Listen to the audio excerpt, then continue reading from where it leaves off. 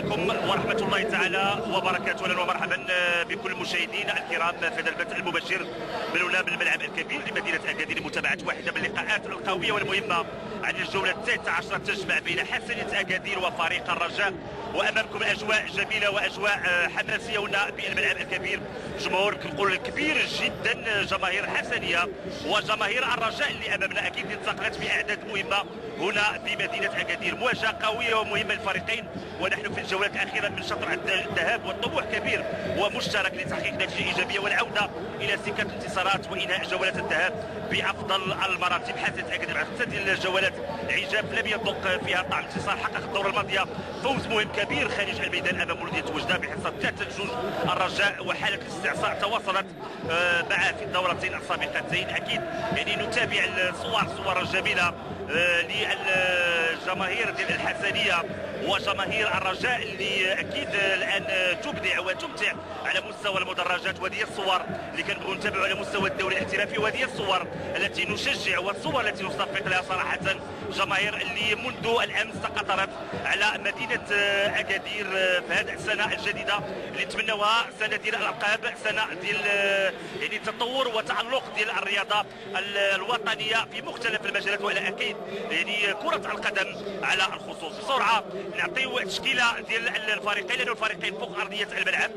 فريق حسنية أكادير الفريق الذي يستضيف في هذه المباراه يدخل بالمجموعه التاليه: فهد الحمادي في حراسه المرمى كلاعبين، عمر تحلوش، فودي كامارا اللاعب الغيني، واول مباراه رفقه الفريق حسنيه سفيان زكريا، سعيد السيدي، عبد الحفيظ ديركي، جلال الدودي، عبد الرحيم خدو، عادل الحفاري، كريم البركاوي، وياسين كارين المدرب، وعبد الهادي السكسيوي. بالنسبه للاحتياط هناك بديع عوك، هشام المجهد، نور الدين قرش، ايوب مدحي، سفيان طلال، احمد فتحي، وجمال العبيدي. هذه التشكيله اكيد اللي اختارها عبد الهادي السكسيوي. بالنسبه اللي الحكم هو خالد النوني، غادي يساعدوا كل من سينا بوكر وبرنسي زكريا، الحكم الرابع توفيق كورام، والمندوب ومحمد جيد. بالنسبه للمجموعه ديال الرشيد الطوسي، مجموعه الرجاء الرياضي البيضاوي، انس زيتي في حراسه المرمى كلاعبين: حمزه التومي، بدر بنون، محمد اوال، عمر بوطيب، محمد بولحاج، ليما مابيدي، احمد شحوع، عصام الراقي، عبد الاله حافظي، وكريستيان اوساغونا اللاعب النيجيري. هذه المجموعه الرسميه. بالنسبه للاحتياط هناك هشام العلوش، عبد الكبير الوادي، ياسين صالحين، محسن معتدي، وليد الصبار، محمد عيمين السديل، وانس السوداني. تشكيله ديال رشيد الطوسي يغيب عنها كل من يوسف القديوي، محمد البولديني، عادل كاروشي، ومحمود بن حليب، فيما يغيب محمد الطاووس المدافع ديال فريق حسنية أكادير، اوبلا، والإيفواري، والمهاجم زمانا كولي للإصابة.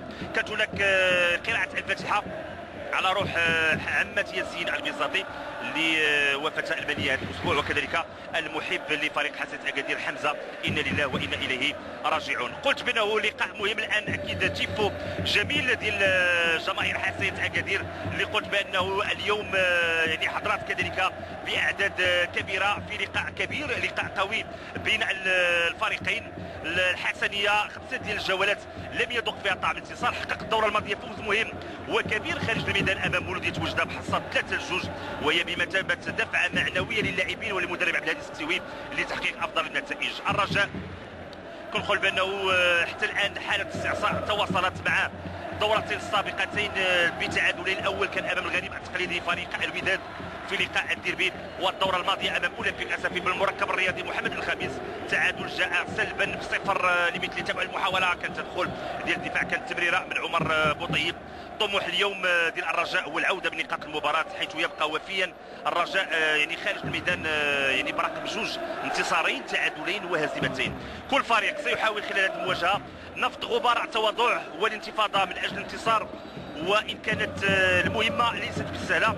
قد تختلف القراءات والهدف واحد، رغم ان كل مواجهه لها طقوسها، عند اعتباراتها، عند اجواءها، مما يصعب مساله التكهن والتنبؤ بنتيجتها في ظل الارقام والمعطيات والنتائج السابقه. ولو ان يمكن نقول بانه المواسم الاخيره تميل الكفه لفريق حسنية أكادير. الدوره او الموسم الماضي المباراه ديال الذهاب انتهت بفوز الفريق الحسنيه هنا بالملعب الكبير بحصه كانت كبيره 5-3، وخلال مباراه الاياب بالمركب الرياضي محمد الخميس حسنية أكادير انتصر ب2-1، وبالتالي يمكن نقول بانه السنوات الاخيره الحسنيه هو الافضل على مستوى النتائج وعلى مستوى الارقام.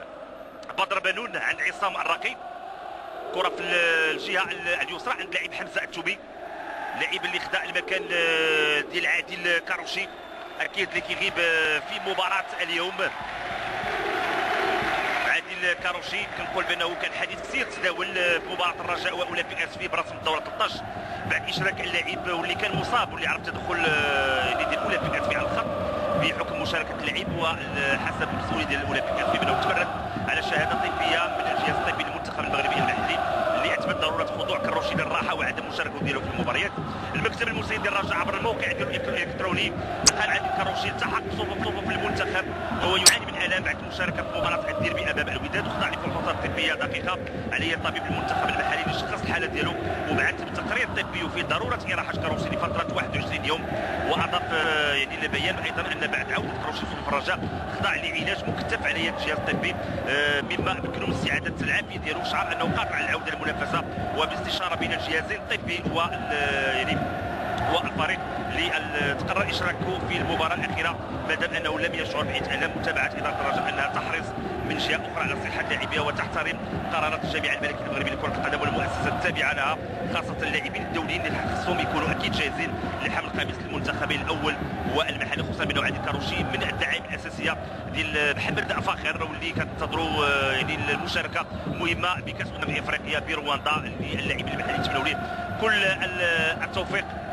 بالنسبه لسفيان قدوم يعني عدم المرافقه ديالو خصوصا بعد الاصابه ديال محمود بن حليب، فكانت عندي دردشه مع المسؤولين ديال فريق الرجاء اكدوا لي بانه سفيان قدوم يعني بعد نهايه الحصه الاخيره لم يكن في علمه انه ضمن اللائحه، خصوصا بانه بن حليب يعني بعد نهايه الحصه عاد تاكد من الغياب ديالو وبالتالي يعني غادر الحصه التدريبيه ويعني غلق الهاتف ديالو لانه كان كيظن بانه غير يعني مستدعي لهذه المباراه، وهذا هو اللي خلى الاشكال عدم المرافقه ديالو للفريق. هذه محاوله وتدخل ديال الدفاع، تدخل ديال المدافع سفيان زكريا.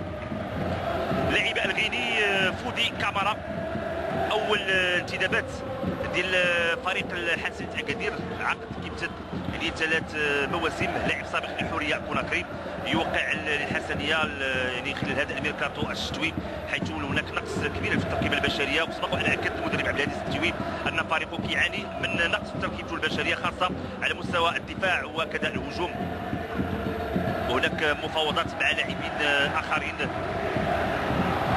فودي كامارا يعني لاعب اللي كيدخل هذه المباراه كرسمي اكيد بعد الاصابه ديال محمد عطاووس، كنعرفوا انه كيلعب على مستوى الدفاع، 27 سنه، متر 85 75 كيلوغرام، افضل مدافع بالدوري الغيني في السنوات الاخيره، فاز بالكاس الممتازه ورفقه فريق حوريه، 3 ديال البطولات مع حوريه كوناكري، ثاني افضل مهاجم سنه 2009 2010 يعني 9 ديال الاهداف يعني لاعب يسجل، كذلك ثاني افضل مهاجم 2008 2009 10 ديال الاهداف، كذلك افضل مدافع، فاز بالدوري مع فينوستار 4 ديال المواسم، كان حاضر في ربع نهائي كاس افريقيا الاخيره مع المنتخب الغيني، 7 ديال السنوات رفقه المنتخب الغيني، لعب المنتخب الفتيان ولاعب المنتخب الشبان. هذا السيره الذاتيه ديال هذا اللاعب فودي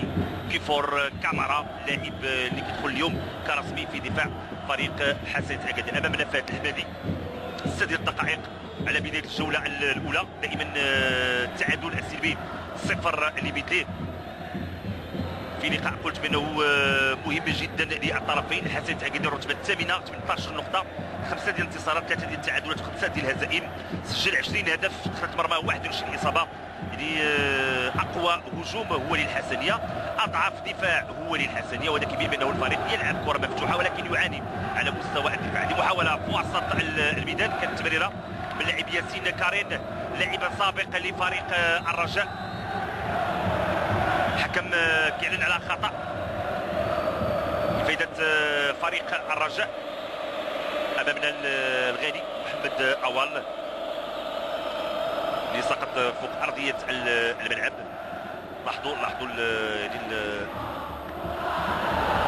اللي كان التدخل ديال اللاعب والمدافع سفيان زكريا في حق المدافع الغاني محمد اوال. نستشير كذلك دخول محمد الحاج كرسمي في هذه المباراه، جليل رشيد الطوسي كيلعب يعني بثلاثه على مستوى يعني الدفاع القرب. محمد بن الحاج بدر بنون واول. هناك حمزه الجومي لاعب الشاب اللي كيلعب يعني في وسط الميدان باعتباره انه ولو انه لاعب هو على مستوى الجهه اليسرى. حمزه الجومي، عصام الرقي، محمد بن الحاج، عميد فريق الرجاء سفيان زكريا كيسترجع الكره. الحكم كيقول ما كاينش هناك خطا لامام بيدي في اتجاه عبد الاله حفيظ. هذه محاوله لفائده فريق الرجاء، كانت قراءه جيده. هناك خطا لفائده فريق حسنيه اكادير لفائده اللاعب سفيان زكريا. كان تدخل ديال النيجيري كريستيان اوساغونا اللي رجع لصفوف فريق الرجاء بعد ما كان يعني غادر صفوف الفريق.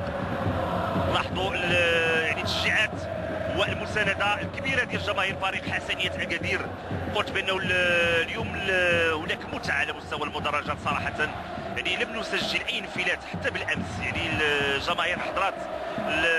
هناك يمكن نقول بانه كتربط علاقه خاصه بين جماهير الرجاء وجماهير الحسنيه، وهذا تاكد حتى على مستوى الشوارع المؤديه المركبه الكبير لمدينه اكادير.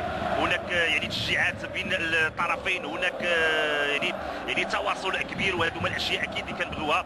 يعني الجماهير لما تحضر لاي مدينه فاكيد بانه يعني هناك ربط اواصر ديال المحبه وديال الاخوه بين جماهير ديال كل الانديه الوطنيه. الى حافظي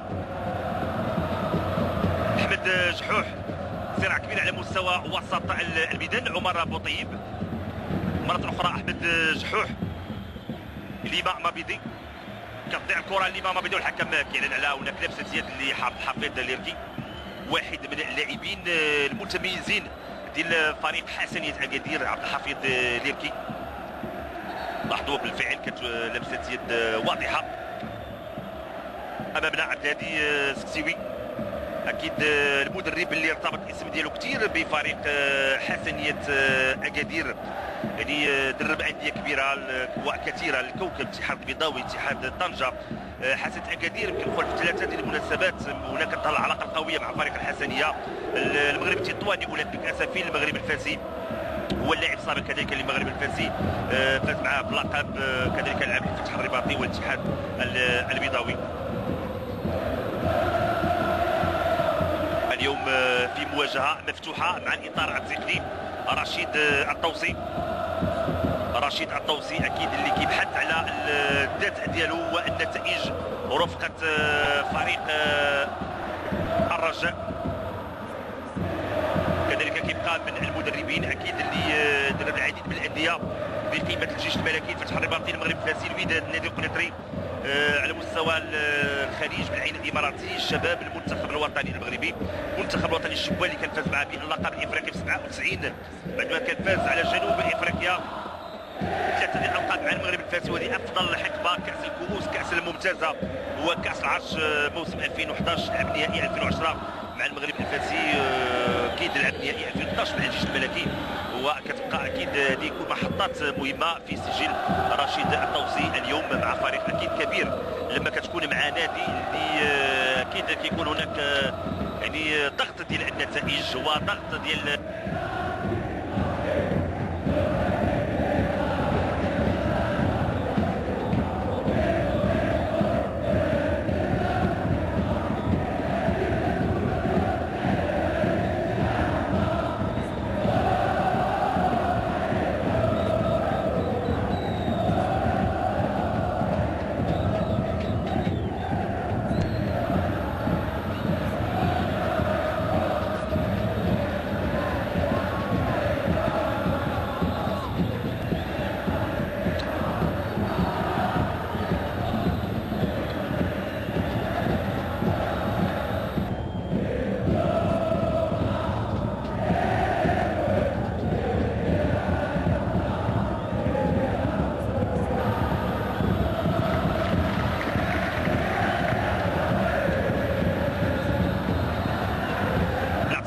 للمشاهد الكريم. كان هناك يعني عطب على مستوى التيار الكهربائي على مؤلئين.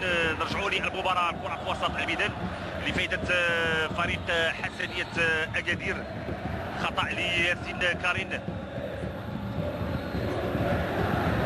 خطا لفائده فريق الحسنيه. كره طويله، عندي محاوله لفائده الفريق الحسنيه، ولكن الحكم كان رافع الرايه. في حق كريم البركاوي، كان متسلل، كانت تمريره جميله اتجاه كريم البركاوي، وبالتالي اكيد نتابعوا الاعاده. كانت محاوله جميله من احمد جحوح لما مابيدي،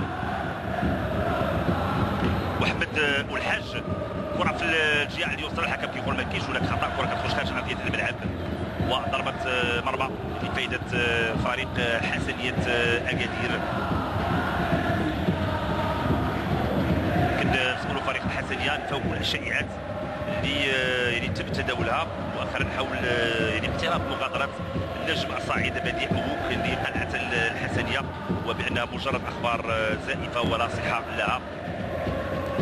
تم نشر بيان رسمي بالموقع الالكتروني الخاص لفريق الحسنيه، اكيد كيأكد انه بديع أبوك باقي في صفوف الفريق لحاجه النادي لخدماته. كانت اخبار قد اكدت امكانيه انتقاله يعني لفريق كبير قد يكون هو الجيش الملكي. تذاكر ديال هذه المباراه يعني تم طرحها منذ يوم الاربعاء الماضي، تسهيل مأموريه الجماهير على المستوى التنظيمي. يعني كل نقاط البيع المتواجده، ملعب انبيعات، ملعب احمد فانا بالشيرة، البلدي بعين سكان، كذلك الملعب البلدي بعين تملول، المركب الكبير لمدينه اكادير. وهذه اكيد يعني على المستوى التنظيمي مهمه جدا للجماهير حتى ان تاخذ التذكره بكل ارتياح، خصوصا حنا دائما نتحدث على ثقافه ديال التذكره باش ما نبقاوش نتابعوا هناك مشاكل على المستوى التنظيمي. الاستعدادات كانت مكثفه من الطرفين.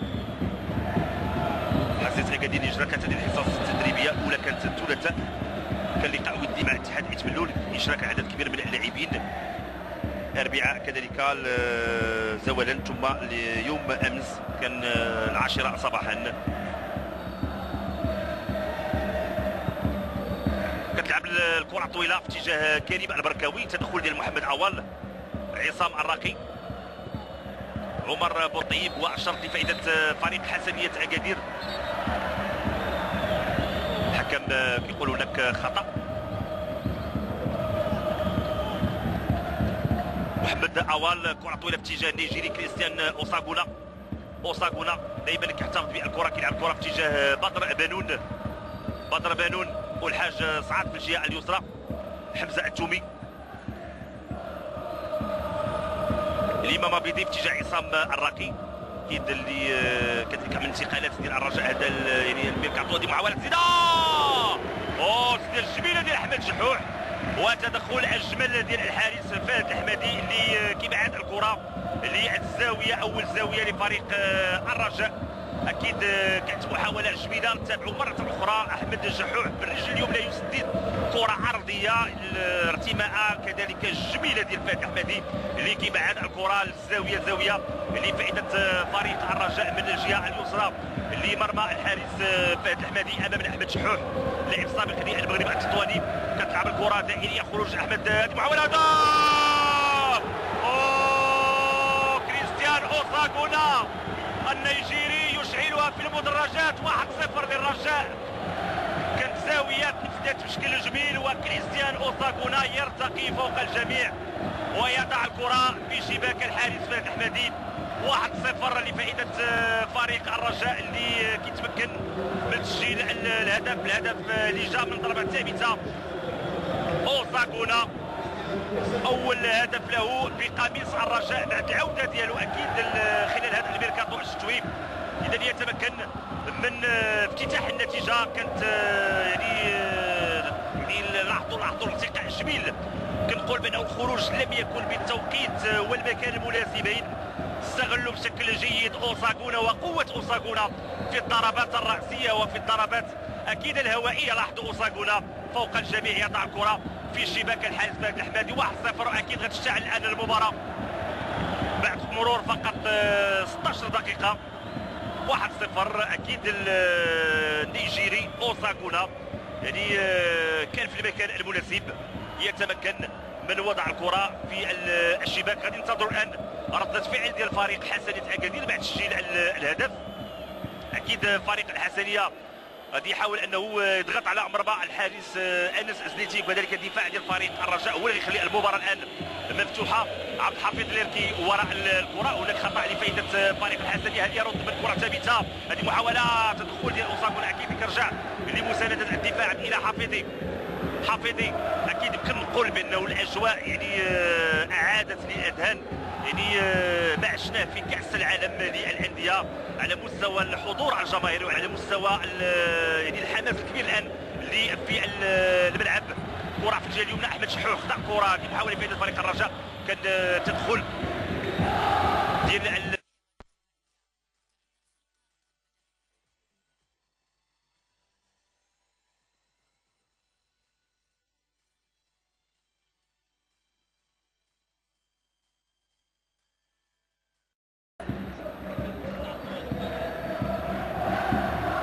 بدر بنون.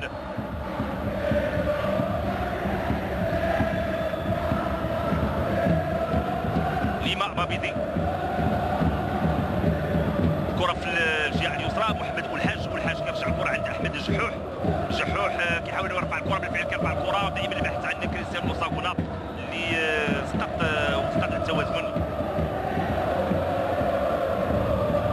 صراحة كيسترجعوا اللاعبين ديال فريق حسنية اكادير. يمكن نقول بأنه حتى الإيقاع الآن يعني لا بأس به، هو اللي غيخلينا نتابعوا عديد من المحاولات التسجيل. فكل ما كان الإيقاع سريع كل ما اكيد غنتابعوا المحاولات من الفريقين. كريم بركاوي عند جلال الدودي امام عمر ابو طيب، كان تدخل ما كاينش هناك خطا ديال الى حفيظي. جحوح، محمد والحاج، بدر بنون، هناك سقوط ديال جلال الدودي. غادي تم اخراج الكره بكل روح رياضيه من عصام الرقي حتى انه تعطى الاسعافات الاوليه لجلال الدودي. ولكن ممكن زميلي سمير نتابعوا الاعاده ديال الهدف ديال التعادل ديال الفريق حسنيه اكادير اللي قلت بانه تقريبا 3 ديال الدقائق حسنيه اكادير يتمكن من العوده في النتيجه بفضل هدف كريم البركاوي اللي وضع الكره في الشباك، وبالتالي رد على هدف النيجيري كريستيان اوساكونا. ان كنعيشوا الدقيقه 24 1-1. اكيد لا الخطا ديال اللي كان في حق اللاعب جلال الدودي.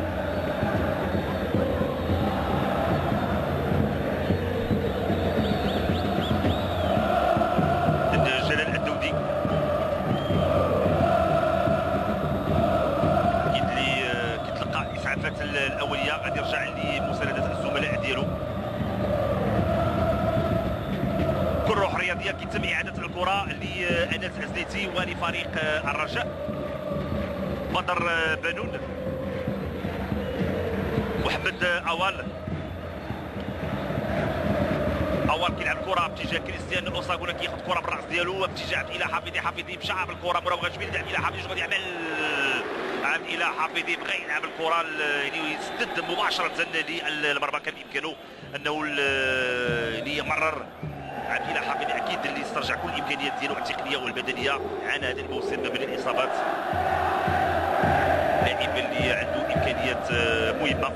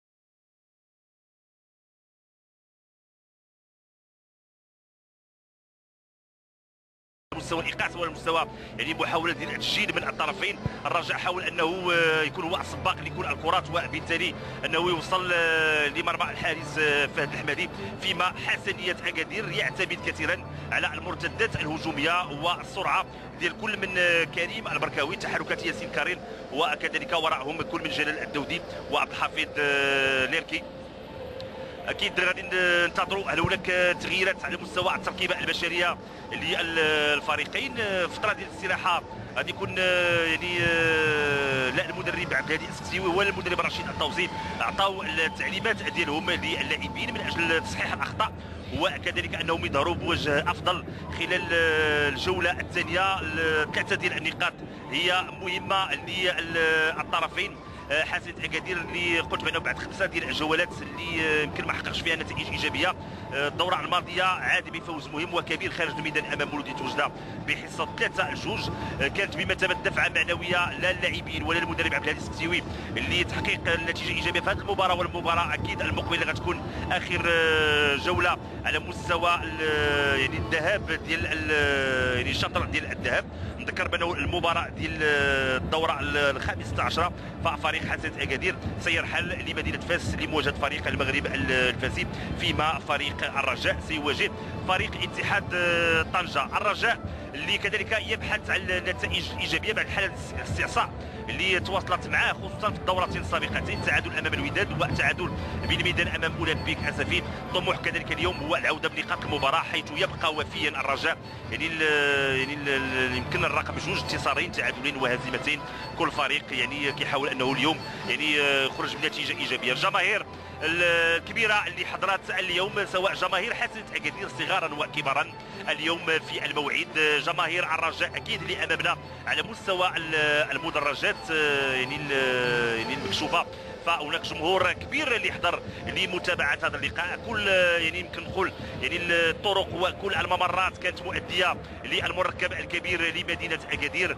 صراحه هناك روح رياضيه كبيره بين الجماهير، وهذه اشياء اكيد دائما كنبحثوا عليها وكنحاولوا اننا نزرعوها على مستوى خصوصا يعني الجماهير اللي كتنتقل من يعني من المدن، لانه يعني ربط الصله ديال الصداقه وديال التأخي هي المهمه على مستوى اكيد مباريات كره القدم، لانه يمكن كره القدم معادله ما يمكنش تخرج على انتصار تعادل وهزيمه، ولكن انه تكون صور جميله وتكون صور حضاريه اللي تعطي صوره مثاليه لكره القدم الوطنيه، خصوصا ملعب بحجم اكيد الملعب الكبير اللي الطاقه الاستيعابيه ديالو تقريبا 45,000 متفرج، فاكيد كتعطي رونق خاص المباريات ديال الدوري الاحترافي، تعطي صوره مثاليه لكره القدم الوطنيه وللدوري الاحترافي.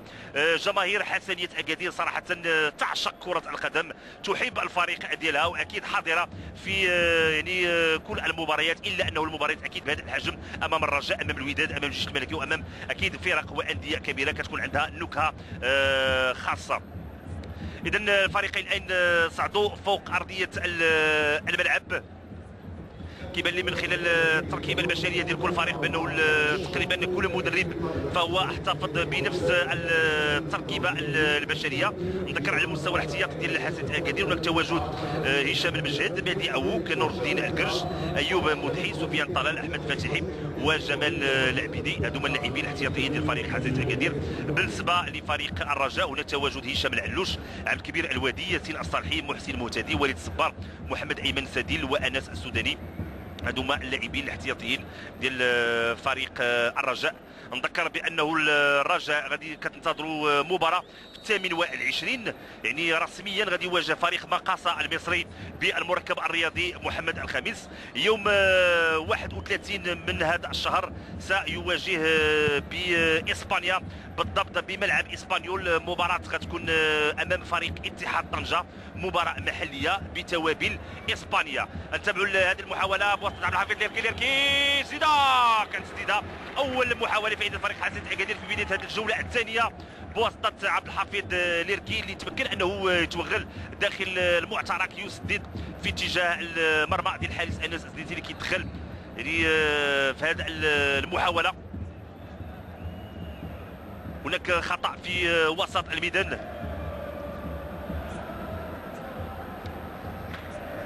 الى حفيظي اتجاه محمد اوال، كره طويله باتجاه اوساغونا، عمر بوطيب او الحفيظي الامام بيدي باتجاه عمر بوطيب على مستوى الجهه اليمنى كيمر باتجاه الى حفيظي. دي محاوله لفائده فريق الرجاء. الحفيظي كينتظر المسانده، احمد شحوح كانت تدخل ديال سفيان زكريا، عصام الراقي التمريره ديالو كانت خاطئه، بغى يمرر باتجاه محمد بولحاج، كيصبح الان مرتد هجومي لفائده فريق حسنيه اكادير.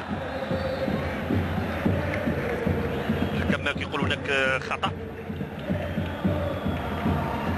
وانذار، اول انذار في صفوف فريق الرجاء، كان تدخل في حق عادل حفاري طرف عصام الراقي. كان انذار واحد خلال الجوله الاولى، لاحظوا اللاعب عادل الحفاري مشى كان تدخل ديال عصام الراقي. سفيان زكريا في بالنسبه لحاسه اكادير. هنا كنتابعوا التسديده ديال عبد الحفيظ ديركي والتدخل ديال انس ازنيتي. قلت بانه الانذار في كل فريق، عصام الراقي للرجاء يعني تلقى انذار، وسفيان زكريا في صفوف فريق الحسنيه تلقى انذار. امامنا عبد الحفيظ ليركي، انس زنيتي اتجاه لاعب محمد اوال،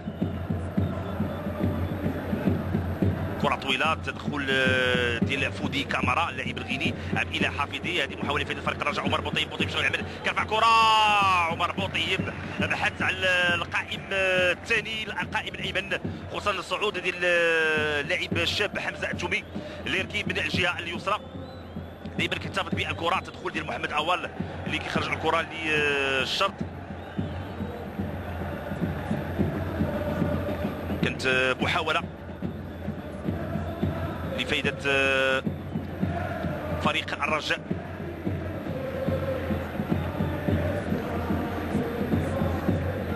المستوى الدوري هناك ارقام حتى الان. افضل هجوم بالدوري هو لحسنة اكادير 20 هدف، متبوع بالفتح الرباطي ثم الوداد 18 هدف. افضل هجوم داخل الميدان هو لفريق الوداد ب 12 هدف، الفتح الرباطي والرجاء في الرتبه الثانيه 8 اهداف. افضل هجوم خارج الميدان هو لحسنة اكادير ب 14 هدف، الفتح الرباطي في الرتبه الثانيه ب 10 واتحاد طنجة ب 3 اهداف. افضل دفاع فهو للفتح الرباطي. كانت محاوله وتدخل انس ازنيتي، كانت محاوله لفائده فريق الحسنيه. عبد الحفيظ ليركي، كريستيان اوساغونا، هناك سقوط احد اللاعبين ديال فريق حسن اكادير. اوساغونا دائما كينتظر على المسانده. هناك تدخل، الحكم كيقول ما كاينش هناك خطا، كان تدخل ديال عبد الرحيم خدو، اعتقد غيتم اخراج وابعاد الكره. بالفعل ياسين كارين كيبعاد الكره حتى انه تعطى الاسعافات الاوليه. نتابعوا التدخل ديال عبد الرحيم خدو. كاين الان تدخل ديال احمد جحو. هنا كنتابعوا التمريره يعني كانت محاوله بواسطه عبد الحفيظ ليركي وانس ازنيتي في المكان المناسب. هنا اكيد المحاوله اللي كذلك من خلالها عمر بوطيب بحث على حمزه التومي في القائمه الايمن. اكيد قلت بانه بالنسبه لباقي الارقام افضل دفاع بالميدان هو الدفاع الحسن جندي اللي تلقى فقط 3 ديال الاهداف. افضل دفاع خارج الميدان هو للوداد ب3 ديال الاهداف، وبالنسبه للرجاء 4 ديال الاهداف الى جانب الفتح الرباطي. يعني بالنسبه للهجوم كيبقى رفيق عبد الصمد 6 ديال الاهداف على مستوى الصدارات. نور الدين الكرش الرتبه الثانيه لاعب حسن اكادير 5 ديال الاهداف، وافضل يعني ممرر فهو سلام بجلول 5 ديال التمريرات، ثم متبوع بعبد الرحيم الشاكير ورشيد حسني. هادو ارقام اكيد. هذه محاوله تسديده ارضيه، تسديده ديال ياسين كارين او ديال عبد الحفيظ ليركي عميد الفريق. لاحظوا التسديده الارضيه ما مشاتش بعيد على القائم الايسر لمرمى الحارس انس ازنيتي. قلت هذه ارقام اكيد اللي تمنحت لنا من طرف اكيد المسؤولين ديال فريق حسنيه اكادير، اكيد مشكورين لانه لما اكيد الفريق يحاول انه يشتغل على مستوى الارقام، على مستوى كذلك اللاعبين اللي يتم انتدابهم، على مستوى الجديد ديال الفريق انه تعطاك اكيد على مستوى يعني في ملف بالنسبه للصحفيين، فهذا كيكون مهم جدا. نتمنى انه يكون تقليد بالنسبه لكافه الانديه. هذه محاوله احمد شحوح شنو يعمل احمد شحوح؟ كيمرر تمريره كانت تمريره وقراءه جيده، تمريره في اتجاه حمزه التومي، ولكن تدخل كان جيد من اللاعب سعيد الزيدي. لاحظوا ما كاينش هناك تسلل بالنسبه لاحمد جحوح. لاحظوا القراءه ديالو، يعني يمكن كانوا بجوج ديال الحلول، اما يمرر في اتجاه كريستيان اوساغونا اما في اتجاه حمزه التومي، ولكن كان تدخل ديال سعيد الزيدي. غنتابعوا الزاويه، جحوح كيمرر، التدخل ديال جلال الدودي، كانت مراوغه جميله ديال عادل حفاري. ياسين كارين في اتجاه عبد الحفيظ ليركي، عبد الحفيظ ليركي، حفاري مرة أخرى عبد الحفيظ ليركي، ياسين كارين، والكرة يعني كانت أطول من اللازم، بالتالي كتخرج خارج أرضية الملعب شرط لفائدة فريق الرجاء. فيما عبد الهادي عفوا السكتيوي اكيد بانه يعني جالس، والجلوس ديال عبد الهادي السكتيوي اكيد غادي يكون من وراء اكيد قراءات على مستوى التكتيك ديال المباراه. سننتظر انه يكون هناك تغييرات، كل مدرب اكيد يحتفظ بكل الاوراق.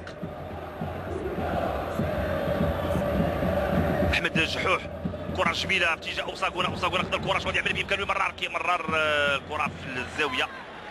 الحكم المساعد يقول الزاويه. هناك شي احتجاجات من اللاعبين، يمكن ما لمساتش المدافع فودي كامارا. نتابعوا اوساغونا يعني واش لمسات فودي كامارا. على اي ان الحكم المساعد اعلن على الزاويه، كتنفذ زاويه دائريه، خروج فهد الحمادي، خروج كان تدخل امام الغالي محمد عوار بسرعه، كتنفذ في اتجاه ياسين كارين في الجهه اليسرى عند لاعب عبد الحفيظ ليركي. هناك خطا بالفعل، خطا لفائده عبد الحفيظ ليركي.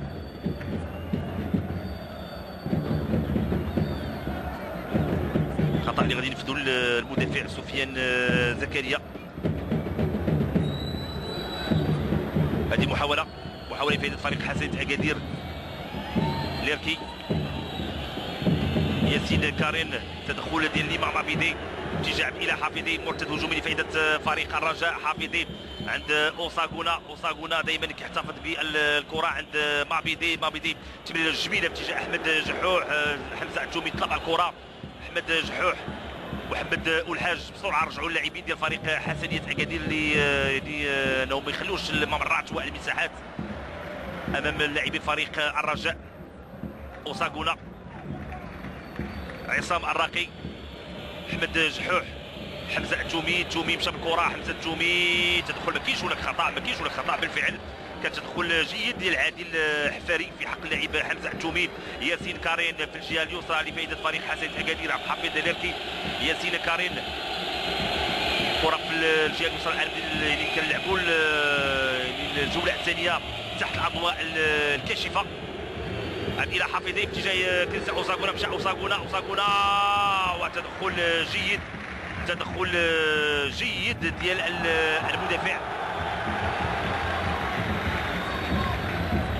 المدافع عبد الرحيم خدو. الحكم كيقول هناك ضربه مرمى. لاحظوا اكيد هذا المسؤول الاداري الطنطاوي كاين في احتجاج على الحكم. ضربه مرمى لفائده فريق الرجاء امامنا. كاين دوكا الاحتياط ديال فريق حسنية اكادير، اللاعبين الاحتياطيين لا ديال الرجاء ولا ديال حسنية اكادير الان في عمليه ديال الاحماء، وبالتالي سننتظر التغييرات. الرجاء كذلك في بحث مستمر على لاعبين اللي بامكانه انه يعني يعززوا التركيبه البشريه ديال الفريق. كنقول بانه رشيد الطوسي رفض التعاقد مع المهاجم الايفواري تيدي زير الوست بعد الوقوف على المستوى التقني. اللاعب لم يقتنع بالمؤهلات ديالو.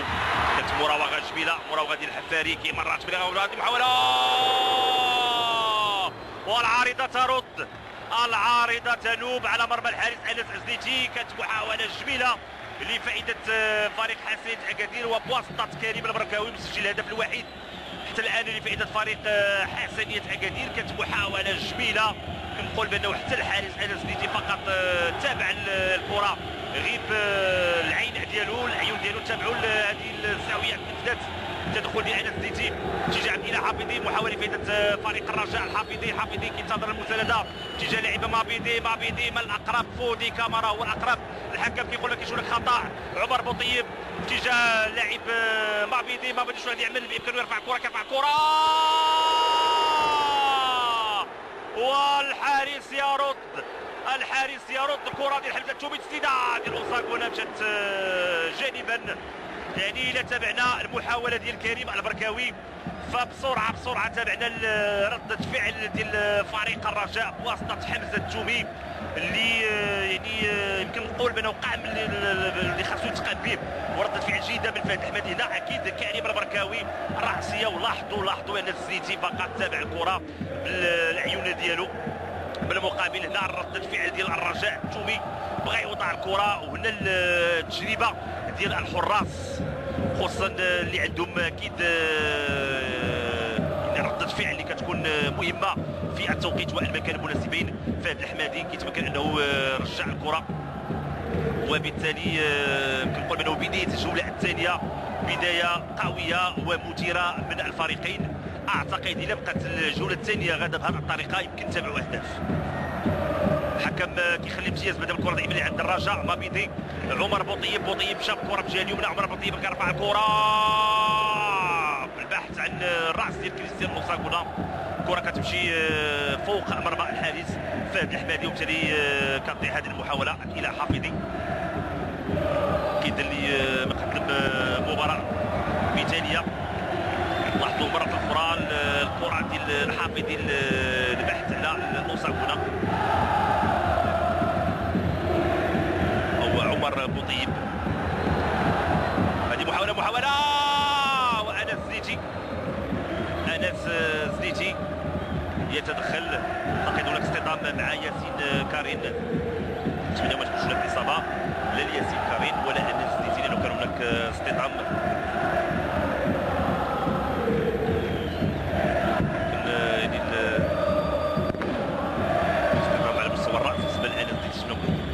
اصابه خطيره. لاحظوا ان التمرير ديال الحفاري، لاحظوا اصطدام اكيد عفوي على مستوى البحث يعني على الكره، ولكن لاحظوا هذو الاصطدامات يعني قويه خصوصا للحراس على المرمى، باعتبار بانه المهاجم مشى بالرجل ديالو. كتعطى الاسعافات الاوليه لياسين كارين ولانس زنيتي. تحدثت على المهاجم الايفواري تيدي زير الوس بعد الوقوف ديالو، قلت انه رشد الضوء على المستوى التقني. اللاعب لم يقتنع بالمؤهلات ديالو، وبالتالي تم ابعاده من تدريب الفريق الاول كما قرر اطار يعني رشيد الطوسي استغناء الخدمات اللبناني.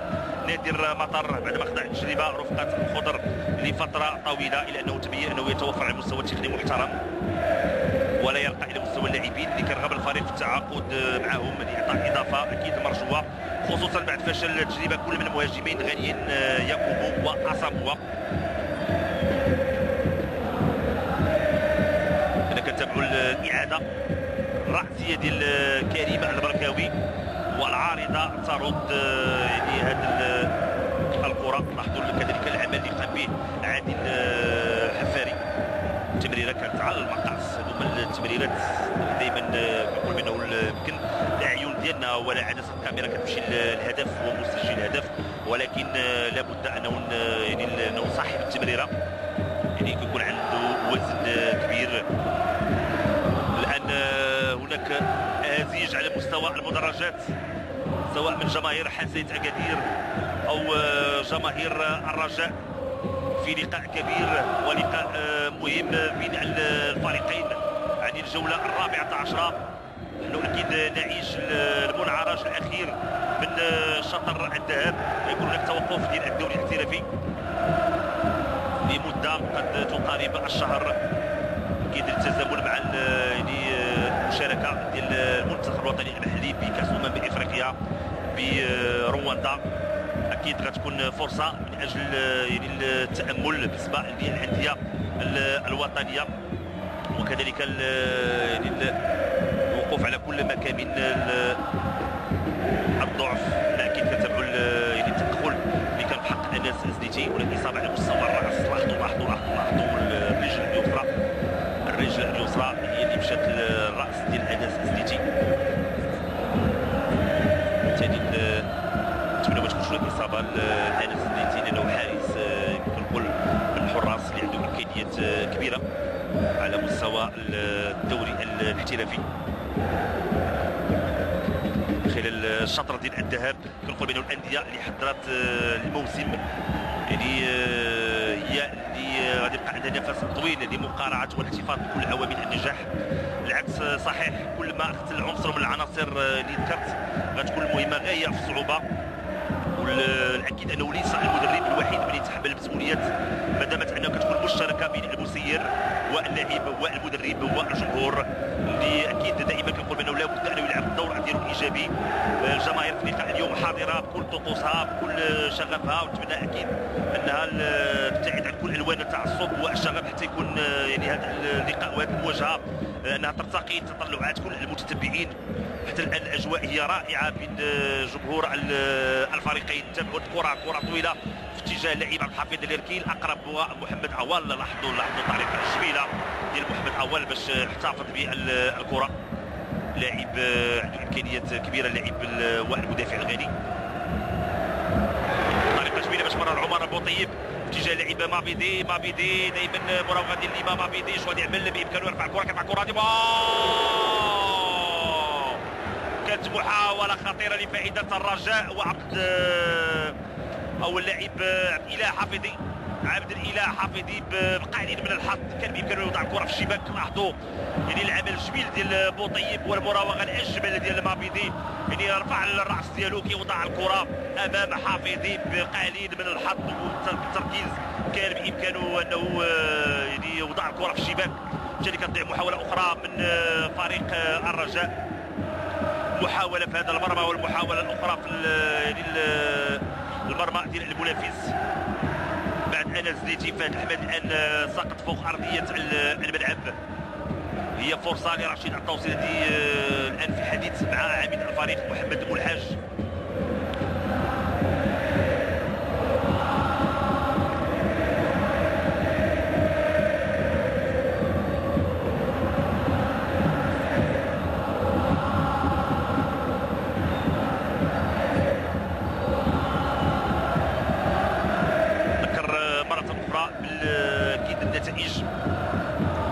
المباريات اللي جرت اكيد كنتابعوا يعني الاعاده ديال هذه المحاوله من زاويه اخرى. شكون خاص كل زملائي التقنيين زميلي رشداني التمريرات ديال مابيدي وعبد الاله الحافظي ما تمكنش انه يوضع الكره في الشباك. نذكر بان النهضه البركاني المغرب تطوالي 0-200 تعادل في لقاء اتحاد طنجه وجده واولمبيك اسفين المغرب الفاسي بهدفين لمثلهما. حسن اكادير حتى الان مع الرجاء هدف لمثله. الفتح الرباطي سيواجه الكوكو البراكوشي الدفاع الحسن جيل الجيش الملكي النادي الخلفاء الاولمبيك خليفه، والوداد سيواجه فريق شباب الريف الحسيمي. نقول بانه الشطر ديال الذهاب تابعنا هناك مباريات اللي كانت مباريات جميله سواء على مستوى الاهداف على مستوى الفرجه في ارضيه الملعب، واكيد بان هناك لقاءات اخرى لم ترتقي والطموحات ديال المتتبع الكريم. الجميل الان هو اننا كنتابعوا هناك اسر هناك عائلات اللي يعني استغلت اكيد يعني النهايه ديال هذه يعني السنه اللي ودعنا بالامس 2015، وبالتالي هناك فتره راحه بالنسبه يعني للاطفال، واستعدت انه تقضي هذه نهايه الاسبوع بمدينه اكادير ولحضور مباراه بحجم حاسه اكادير والرجاء في صور جميله صور عائليه، وهذه اكيد يعني كنأكد على انه نتابعوها. بالمقابل اكيد صور جميله على مستوى ارضيه الملعب بالنسبه للمجهودات اللي بذلها اللاعبين من خلال المحاولات ديال التسجيل. نتمنوا نتابعوا اهداف اخرى في هذا اللقاء. المباراه مازال متوقفه، كتعطى دائما الاسعافات الاوليه للحارس فهد الحمادي.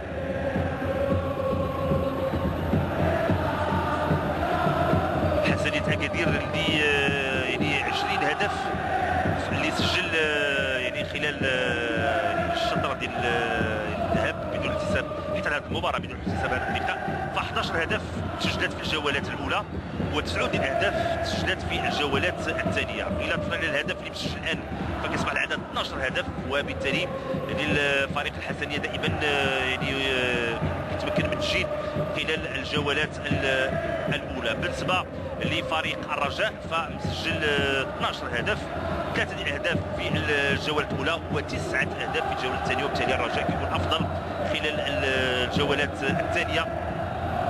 ياسين الصالحي وعبد الكبير الوادي ب3 الاهداف، عادل كاروشي ب2 اهداف الى جانب محمود بن حليب، ومحمد البولديني اكيد اللي كيغيب على هذا اللقاء الى جانب احمد شحوح بهدف واحد.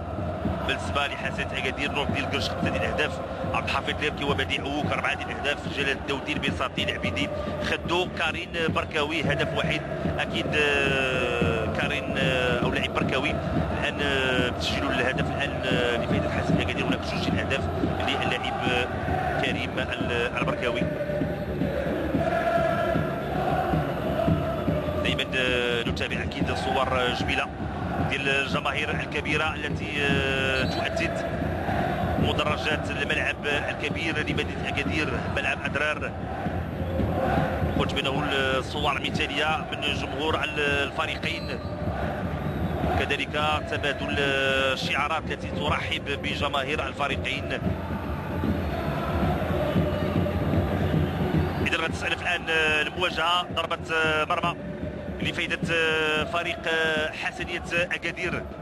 حنا كنعيشوا الدقيقه 68 دائما 1-1 بين الفريقين. كره كتجاوز نصف الملعب لما مابيدي، محمد عوال لما مابيدي في وسط الميدان كيغير اتجاه ديال الكره في اتجاه عبد الاله حفيظي. احمد جحوح طلب الكره في الجهه اليسرى، مشى احمد جحوح، كره اللي ما غادرتش الملعب، كانت تدخل ديال جلال الدودي. عبد الرحيم خدو، بدر بانون، كره طويله الان الحكم كيعلن على خطا، وغادي يكون هناك تغيير في صفوف فريق حسنة اكادير. هو الاول دخول بديع اوك وخروج اللاعب ومسجل الهدف كريم البركاوي. اذا خروج كريم البركاوي ودخول بديع اوك. عبد الهادي السكسيوي كيحاول انه يدخل دماء جديده على مستوى الهجوم ديال فريق حسنيه اكادير.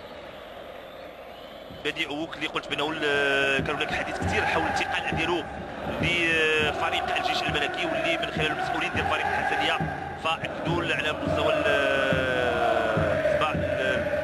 الموقع الالكتروني بانه الاخبار لا صحه لها. كره في الجهه اليسرى عبد الاله حفيظي يحتفظ بالكره كيمر في اتجاه عصام الراقي، كتضيع الكره لعبد الاله حفيظي كيسترجعها لاعب محمد الحاج.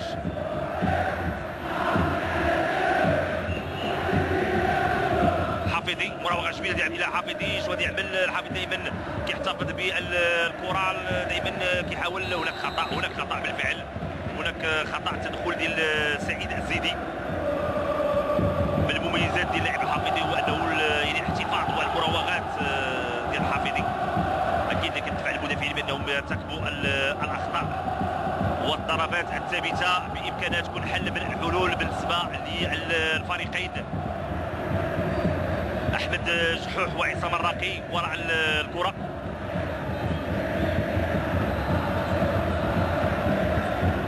الحكم كيطلب اللاعبين اللي كيشكلوا الحائط انه يعطوا الامتار القانونيه. غادي نتابعوا الخطا، عصام الراقي هو اللي وراء الكره. 7 ديال اللاعبين ديال فريق الرجاء داخل المستطيل ديال العمليات وداخل المعترك. خالد نوري في حديث مع عبد الرحيم خدو وكريستيان اوساغونا. عصام الراقي كيلعب كره عرضيه دائما خطيره، والحكم المساعد رافع الرايه، وكذلك الحكم كيعلن على التسلل. ثاني كتضيع هذه المحاوله. لاحظوا التسلل يعني كان واضح. عصام الراقي يلعب الكره عرضيه مباشره للمرمى.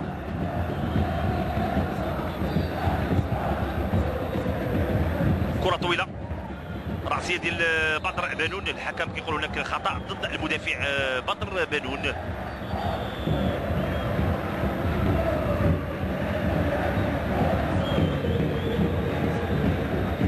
سقوط ديال اللاعب ليركي.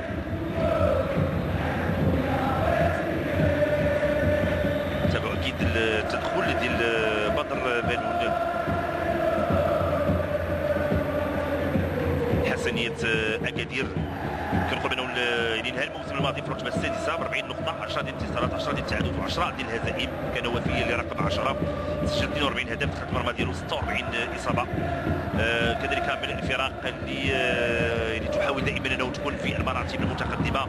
تمكن من الفوز ب الدوري في مناسبتين 2001 2002 2003، حقبه الذهبيه مع محمد فاخر. بالنسبه لكاس العرش ما تمكنش انه يفوز بهذه الكاس الغاليه. لعب نهائي 63 هزم امام الكونغو المراكشي ب 3-2، و2006 امام اولمبيك خليبكا ب 1-0. نتابعوا ضربه خطا تدخل ديال الدفاع. مره اخرى خطا لفائده فريق حسنيه اكادير.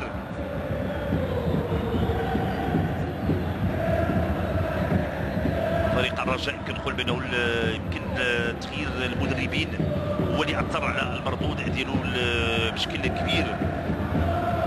نقول بانه 3 ديال السنوات الاخيره تعاقب على الرجاء 7 ديال المدربين، يعني محمد فاخر، فوزي البنزرتي، عبد الحق بن شيخه، خوسي روباو، فتحي جمال، رود كرول، رشيد طوسي الان، وعدد كبير. اكيد حنا دائما كنطالبوا بانه يكون هناك استقرار تقني. عبد كبير الوادي هو الان الذي يستعد للدخول، غادي يكون اول تغيير بالنسبه لفريق الرجاء. نتابعوا الخطا، كتلعب كره دائريه، خروج انس زليتي، كانت راسيه ديال عبد الحفيظ ليركي. الراسيه ديال عبد الحفيظ ليركي اللي كتمشي فوق المرمى. مره اخرى كنتابعوا الخطا كيتنفذ بهذا الشكل، يعني خروج ديال انس زليتي.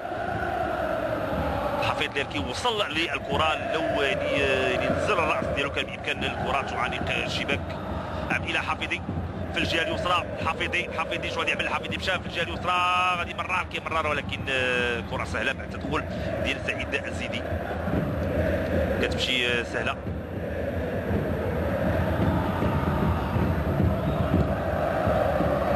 فهد الحمادي كيلعب الكره طويله. محمد اوال، كامارا، عصام الراقي،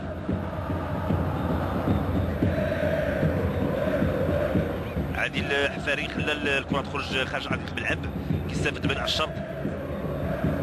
لاحظوا المراوغه ديال عبد الحفيظ ليركي، كانت مراوغه جميله.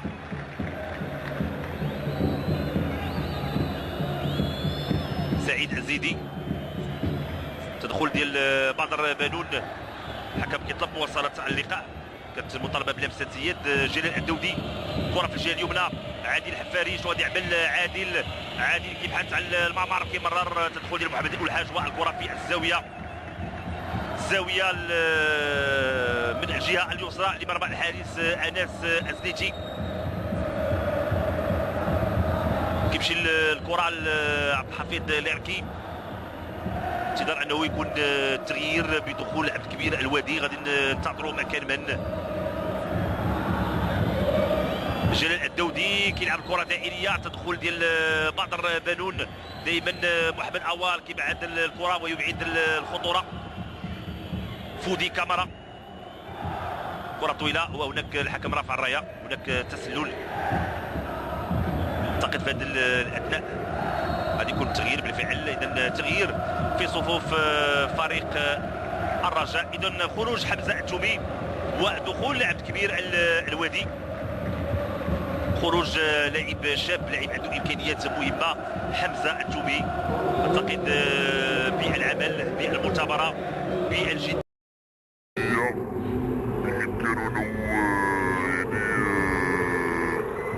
يكون من الأسماء المهمة على مستوى القائمة ديال فريق الرجاء.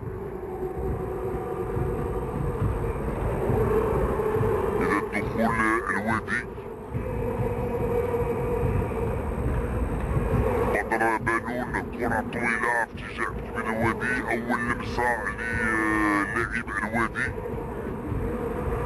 الوادي كيحتفظ بالكرة، كينتظر المساندة. شنو يعمل؟ كيرفع الكرة. دي محاولة وتدخل اللاعب الغيني فودي كامارا. كنقول بأنه أول ظهور لفودي كامارا ظهور جيد، قدم نفسه بشكل جيد اللاعب الغيني. قلت بأنه كل ما مسك كرة الأوساكونا كل ما تحرك إلا كان وجدوا إلى جانبه الغيني فودي كامارا.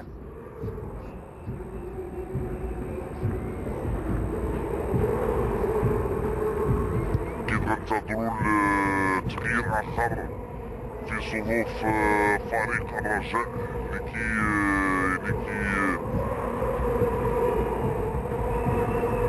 كيحضر نفسه الدخول هو ياسين الصالحي.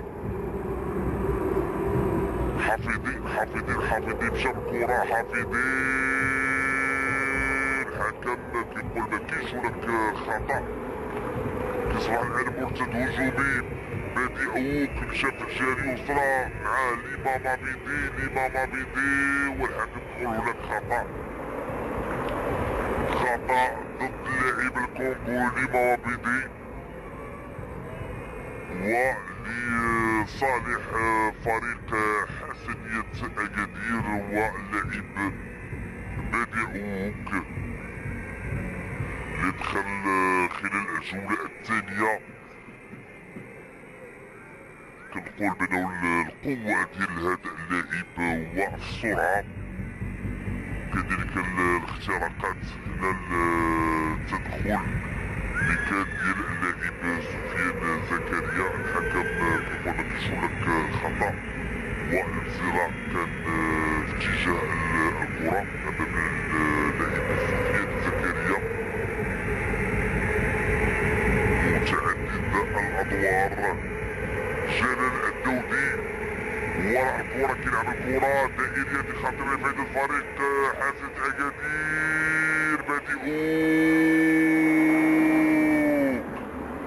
بادي اوك يعني تمكن انه ياخذ الكرة بطريقة جميلة وسدد بالرجل اليسرى، ولكن التسديد ديالو مشات فوق المرمى. لاحظوا مرة أخرى يعني الكرة ديال سفيان زكريا طريقة جميلة باش يعني خدا الكرة لاعب بادي اوك، ولكن التسديد ديالو بالرجل اليسرى مشات فوق على مرمى شرط لفائدة فريق الرجاء. كنلعبوا 13 دقيقة الأخيرة من المباراة.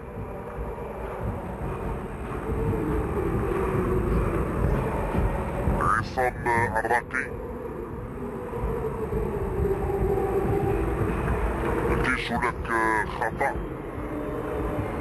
كتدخل ديال جلال الدودي في اتجاه لاعب عادل الحفاري. هذه محاولة لفائدة الفريق حسنية أكادير. محاولة شنو يعمل لاعب حفاري؟ كيسدد سدة، ولكن تدخل ديال الحارس انس ازديتي بسرعة. كتلعب الكرة اتجاه لاعب احمد جحوح. كيمر في اتجاه كبير الوادي. الوادي اكيد كيبقى عنده الطراوة البدنية الان الوادي يعني على مستوى السرعة ديالو.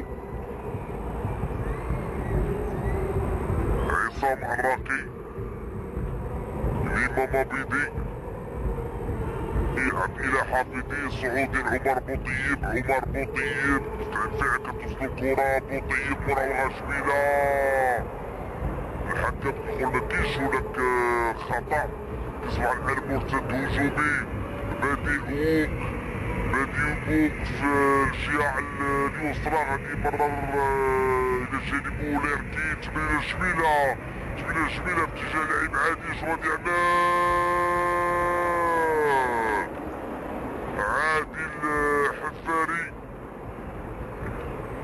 كانت تمريرة جميلة ديال بادي اوك كان إلى جانبه عبد الحفيظ ليركي، ولكن يعني سعى انه يمرر في اتجاه لاعب عادل حفاري. التسديده ديال عادل لم تكن بالتركيز اللي بامكانه انه يعني يهزم الحارس انس الزنيتي، خصوصا بعد عوده ديال محمد بوالحاج. اذا تغيير ثاني دخول ياسين الصالحي وخروج احمد جحوح. اذا لا كنتابعوا الاعاده ديال التسديده ديال لاعب بادي عوق، خروج احمد الجحوح دخول ياسين الصالحي اللي بامكانه انه يضخ دماء جديده في وسط ميدان ديال فريق الرجاء. انس ليتي كره طويله اتجاه الى حافظي.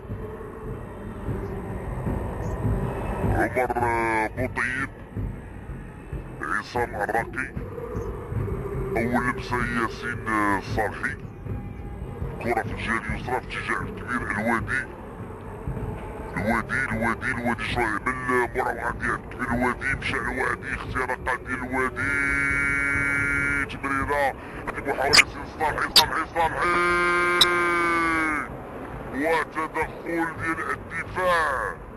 كانت محاولة خاطئة لفائدة الرجاء. دائما عبد الكبير الوادي شو غادي يعمل الوادي، كيحاولوا دايما يمرر التمريرة ديالو، ولكن كتمشي فقط خارج ارضية الملعب وتضيع محاولة لفائدة فريق الرجاء.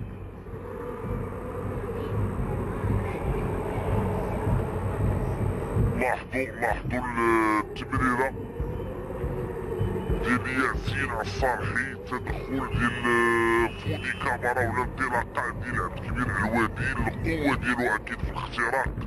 مشى ياسين الصالحي كيمرر التمريره والتدخل ديال فودي كامارا، ولانه كانت متابعه جيده ديال فهد الحمادي.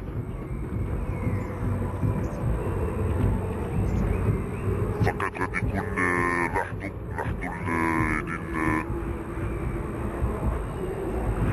اكيد هناك تغيير، كان غيكون تغيير كما يشير اكيد لاعب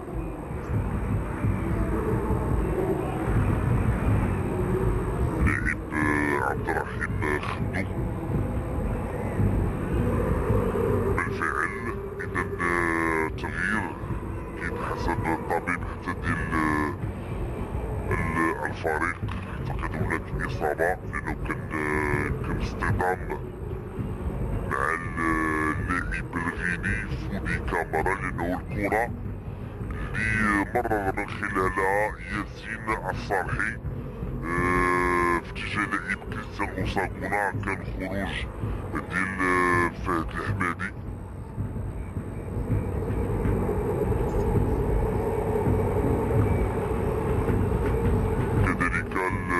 التواجد ديال الغيني فودي كامارا، وبالتالي اعتقد انه الاصطدام نتمنى ما تكونش هناك اصابه يعني بالغه على مستوى اليد ديال فهد الحمادي اللي كيبقى من الحراس المتميزين على مستوى الدوري الاحترافي.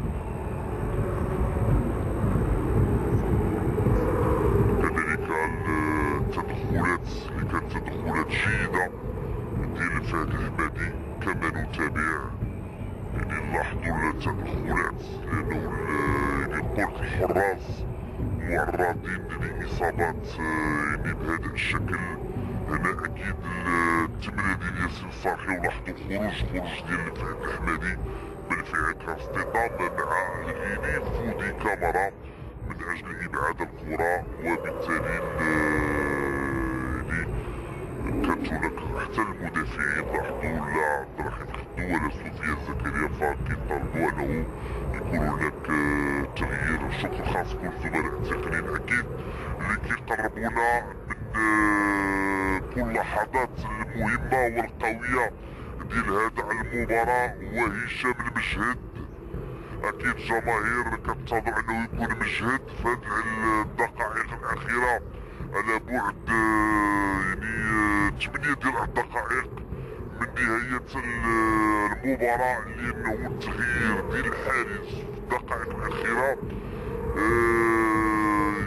يمكن يكون ثقل كبير على الدفاع، لأنه الحارس خصو يتأقلم مع الأجواء مع المباراة، خصوصا في لقاء كبير بقيمة يعني اللقاءات كتجمع بين الحسنية وفريق الرجاء. إذا خروج فادي حمادي ودخول اللاعب هشام المجهد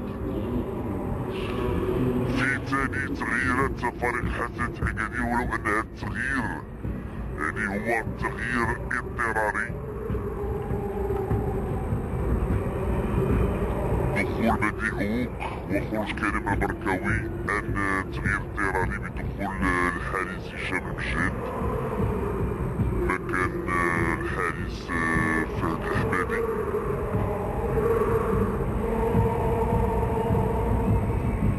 إذا غتنفذ ضربة مرمى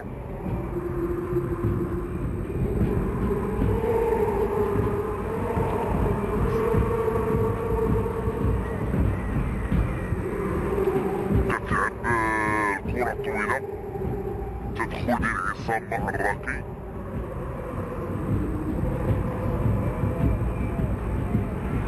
كامارا كان يعني الانزلاق وفقد التوازن ديالو فودي كامارا لحسن الحظ بانه يعني كانت العودة بسرعة ديال المدافعين التالي. الان الكرة كتخرج خارج ارضية الملعب، ضربة مرمى لفائدة فريق حسنية أكادير.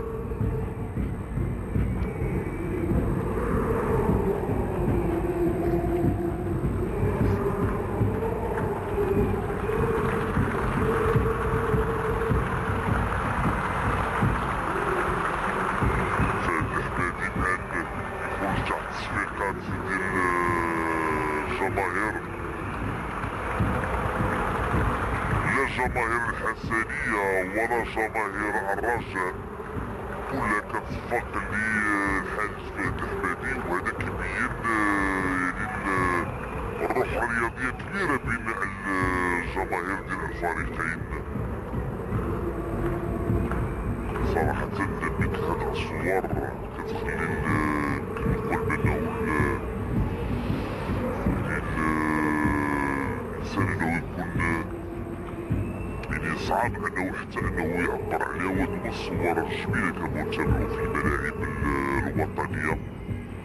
عصام الراقي تدخل جميل، الكره ما خرجاتش من سفيان زكريا، محاولة فايدة فريق الحسنية، تمريرة في اتجاه الحفيظ ديركيو، العودة ديال ليما لابيدي اللي كيبعاد الكرة فقط عند غيني فودي كامارا. بدر بانون، كريستيان اوساغونا، هناك العودة بالتسلل ديال النيجيري كريستيان اوساغونا.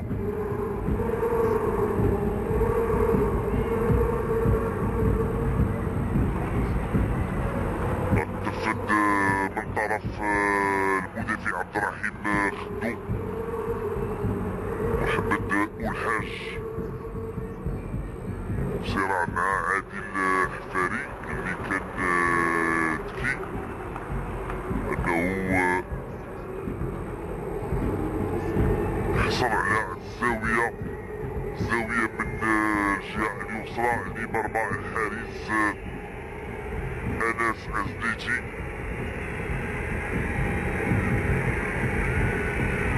كتنفذ الزاوية دائرية تدخل ديال اوساغونا. لاحظوا المكان ديال اوساغونا كيرجع لمساندة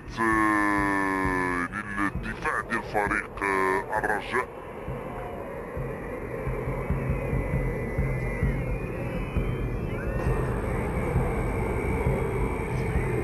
جلال الدودي بالكعب، تمريرة خاطئة فقط عند ياسين كارين. عبد الرحيم خدو، فودي كامارا، جميلة طويلة تدخل ديال يعني محمد أبو الحاج ياسين كارين تمريرة جميلة في اتجاه جلال الدودي محاولة لإفادة فريق حسن أكادير. تدخل جيد ديال بدر بانون لإمام عبيدي بغا يراوغ الحكم كيقول مكاينش هناك خطأ ضد اللاعب سفيان زكريا اللي قيم مباراة كبيرة على مستوى وسط الميدان. بادئ قوى عوال التجربة ديال عوال حاضرة كيخلي الكرة تخرج خارج أرضية الملعب وضربة مرمى لفائدة فريق الرجاء. ياسين الصالحي عند إله حافظي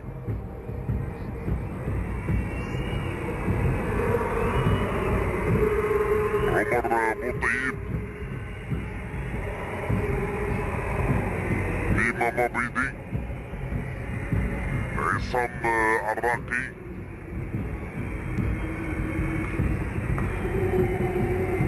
بوطيب في الجهة اليمنى. عمر بوطيب مراوغة جميلة ديال عمر بوطيب دخل داخل معترك محاولة خطيرة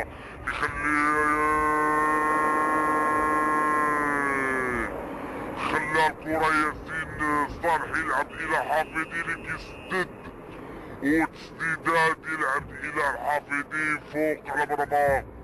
كانت محاولة خطيرة لفائدة فريق الرجاء لإضافة الهدف الثاني. لاحظوا ولكن العمل الكبير هو اللي قام به عمر بوطيب مراوغة ولا أجمل ولا أروع. لاحظوا التمويه بالجسد من ياسين الصالحي ولكن تسديدات ديال عبد الإله حافظي يعني تعلو العارضة وبالتالي كتضيع محاولة من فريق الرجاء.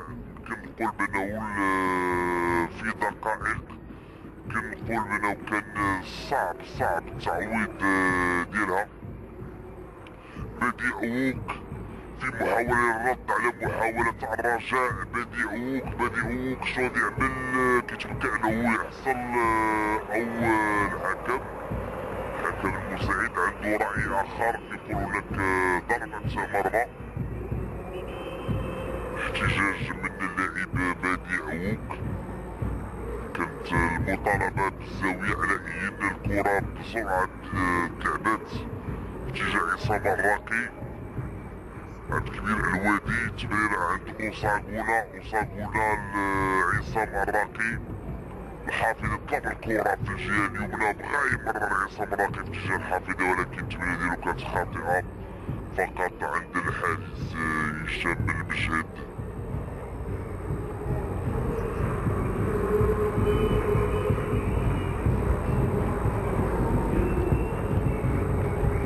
مباراة صراحة جميلة بين الفريقين. تابعنا محاولة التشتيت، تابعنا التسديد، تابعنا جوج الأهداف حتى الآن. كان بإمكاننا نتابعو أهداف أخرى لو أنه اللاعبين والمهاجمين سواء ديال حاسة أكادير أو ديال الرجاء كان التركيز أكثر. كان بإمكاننا نتابعو أهداف أخرى ولكن كنقول بأنه المباراة عطات ما كان منتظر منها سواء على مستوى الجماهير الحضور الجماهيري على مستوى كذلك يعني العطاء على فوق أرضية الملعب. سفيان طلال صاحبنا هناك أقل من جوج الدقائق كنعرفو أنه اللاعب كيكون عنده طموح كبير أنه يلعب ضد الفريق ديالو اللي حمل الألوان ديالو. كذلك الزملاء ديالو على أينا نتابعو المحاولة. ياسين الصالحي الحكم كيقول مكاينش هناك خطأ وضربة مرمى لفائدة فريق حسيت أكادير. ياسين الصالحي صحيح بانه لاعب عنده امكانيات يمكن ما نناقشوهاش، عنده يعني امكانيات تقنيه ولكن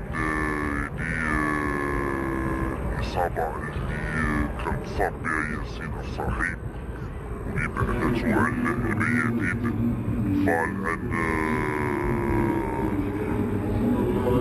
ياسين الصاحي كيطلب بعض الوقت أنه يرجع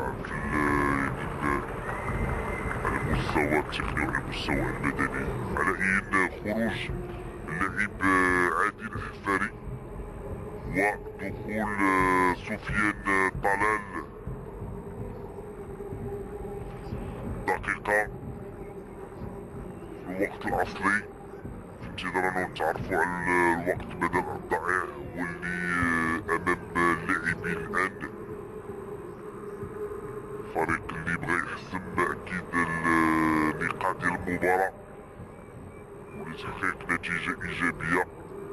عمر بوطيب، هناك خطأ بالفعل، خطأ لفائدة عمر بوطيب ضد لاعب ياسين كارين.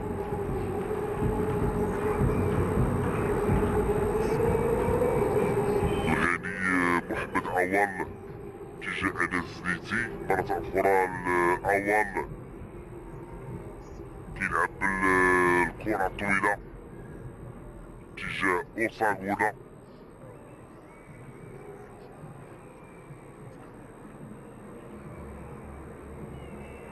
هناك خطأ وسط الميدان بفائدة اللاعب ياسين كارين.